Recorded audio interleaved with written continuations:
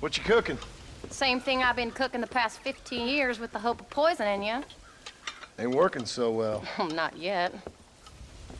Be honest, though. Tastes bad enough to kill a man. I never was much of a cook, but I did try to be a good wife. And you have been. Given what we was and what we came from, I think we've gone and done okay. I look at Jack. I look at him and I think we've been blessed. Maybe he can be something more. He's a good kid. He can be whatever he wants to be. He ain't gonna be no frontier gunslinger killing and running those gang, though. That way's over. Railroads and government and motor cars and everything gone and done away with all that. And he ain't gonna marry no orphaned working girl running with a bunch of hucksters, neither. If he meets one like you, I hope he'll marry her. Stop. For an illiterate gunslinger, you sure know how to make a girl blush. God damn crows! John! You have got to go deal with them. They've broken into the silo again and are eating all the corn out from it. Of course, my angel. Wait, get out of there. All right, all right. Come on.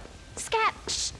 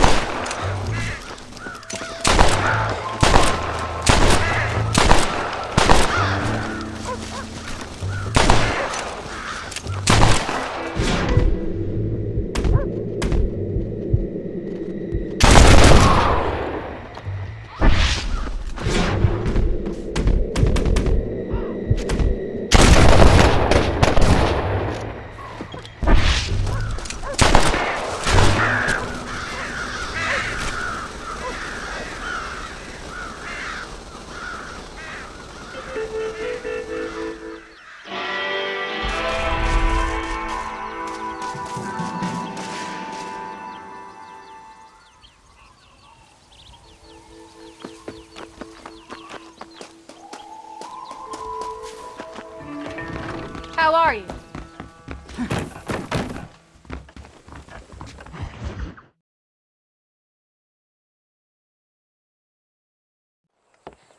John, we got a telegram from some lady friend of yours, a Bonnie something or other. Something you ain't telling me? Bonnie McFarland. She's a friend.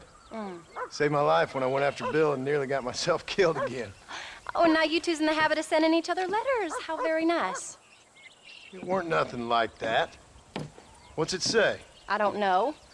I can't... Well, you know I can't read. Give it here. You read that thing out loud? I ain't hiding nothing. Dear Mr. Marston, stop. Need corn sacks. Stop. Emergency. Stop. Weevils and moths ate entire county supply. Stop. Can you help? Not exactly the most romantic request now, is it? I guess not. And she saved your life, you say? Yes, ma'am. Well, then you're gonna have to help her and her family out. We've got a plentiful supply of corn sacks over near the silo. About the one thing Uncle didn't manage to have stolen while we was gone. Okay. Hurry back, John. And John, what's she like? You know.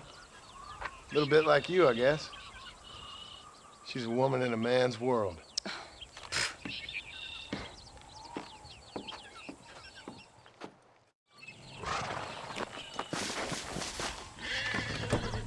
John, wait!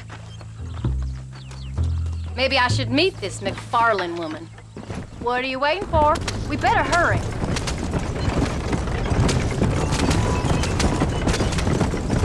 I don't think I can let you go off again without me. Fair enough. I'm glad of the company. You only had to ask. Ask? I was waiting for you to ask me. I thought you'd want to keep an eye on the boy. Oh, while you were off cavorting with cowgirls in the next county, I don't think so, John Marston. You only just got home. That Jack has seen enough of me for a lifetime. So, is she married? This Bonnie McFarlane? No, What does she look like? I don't know. Pretty normal, I suppose. Normal? What? Normal like me? No, normal as in 2 eyes, mouth, nose, that kind of normal. Besides, ain't no woman fine as you. A little flattery. Now we're finally getting somewhere. If you find yourself in a hole, the first thing to do is stop digging. Another pearl of wisdom from John Marston. I sure do miss those. I never took you for the jealous type, Abigail. I ain't jealous so much as curious. You heard what she wrote. It's just some corn. She saved my life, and she was decent enough to me, so I owe her this much at least. How did she save your life anyway? She found me half dead on the side of the road and took me to the doctor. Most folks would have left me there. Half dead from what? Bill didn't take so kindly to me visiting unannounced. Bill never did like surprises. How was he? Same as he was when we left. Angry and dumb. Taking his revenge out on the world. People down there was really scared of him. Of Bill? You gotta be kidding me. He was only frightening if he was afraid of dumb fools. Bill weren't so bad, but when Dutch went crazy, Bill took it hard. For a while, we all thought we'd found something right. Better way to live, but it was just a lie. So you saw before they did. Maybe. But they was still kind of a family. A family that left you for dead. You knew the truth, John, and they hated you for it. Where did they take you? Who? Those government bastards. Where did they hold you and Jack? I ain't sure. They kept their eyes covered there and back. Can't have been too far from here, though. They treat you right? It ain't the first time I've had a gun to my head, John. You're forgetting your marriage proposal. Very funny.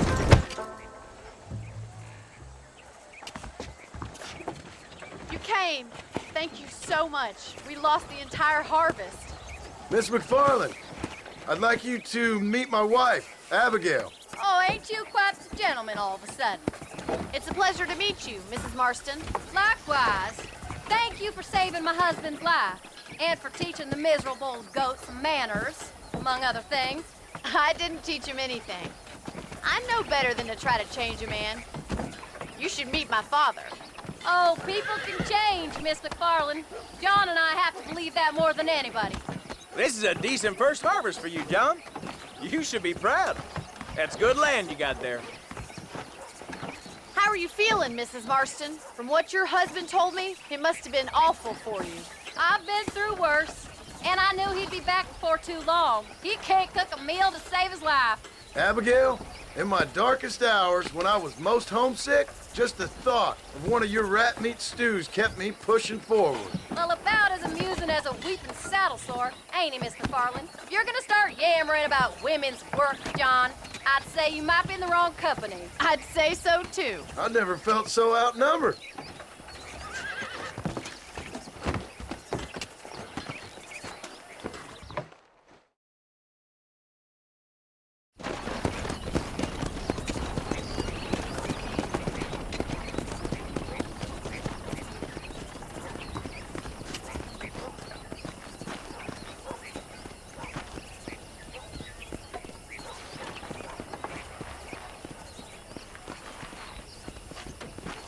Ma'am?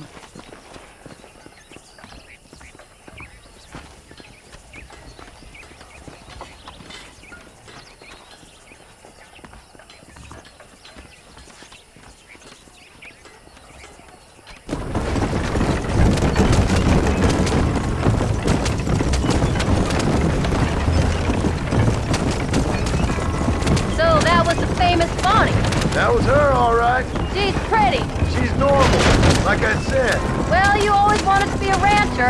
I'd have thought she'd be just your thing. The perfect rancher's wife, if I ever saw one. I already got a rancher's wife. I'm only teasing. I like her, and I'm glad she saved your life. Most of the time, anyway. The McFarlanes are good people.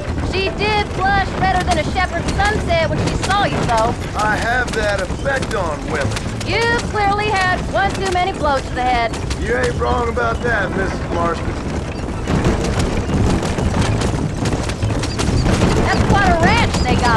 That'll be us someday. As soon as we get back on our feet. I don't know, John.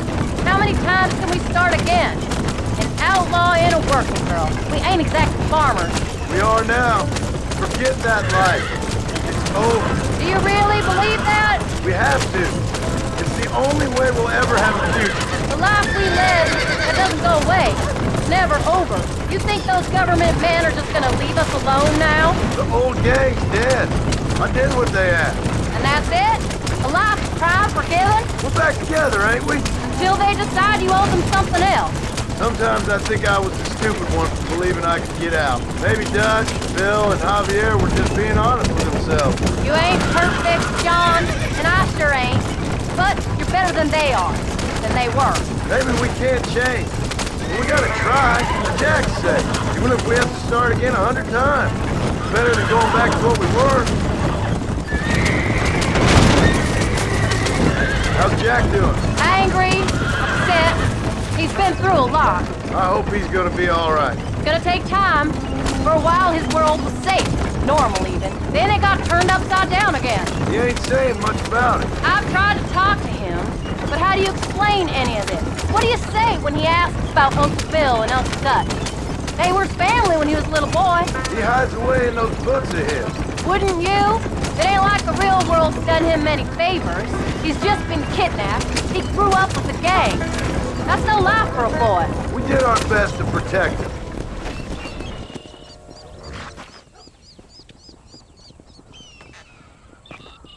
We did good today, John. I guess I better go fix us something to eat.